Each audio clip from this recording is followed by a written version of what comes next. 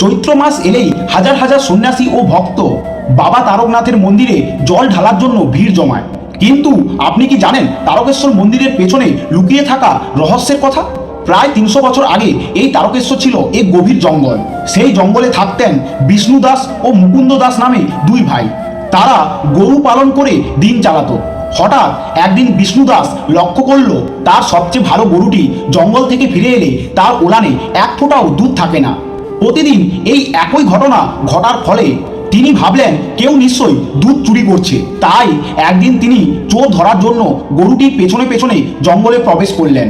তারপর তিনি যা দেখলেন তা দেখে তিনি সম্পূর্ণভাবে অবাক হয়ে গেলেন। তিনি দেখলেন একটি কালো পাথরের উপর গরুটি দাঁড়িয়ে আছে, আর গরুটির ওলান থেকে আপনা আপনি দুধ পতিত হচ্ছে ওই পাথরের উপর।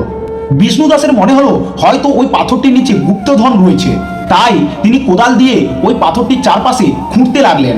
কিন্তু একটু খোঁড়ার পর তিনি দেখলেন ওই পাথর থেকে তাজা মানুষের রক্ত বেরিয়ে আসছে। এই দৃশ্য দেখে তিনি অজ্ঞান হয়ে যান। সেই রাতেই ভগবান শিব স্বপ্নে বিষ্ণু দাসকে দর্শন দেন এবং বলেন, ভয় পেও না, ওটা কোনো গুপ্তধন নয়।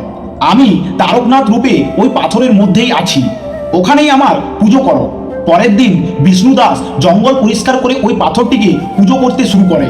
1729 সালে এই অলৌকিক ঘটনাটি রাজা ভারমাল্যের কানে পৌঁছায়।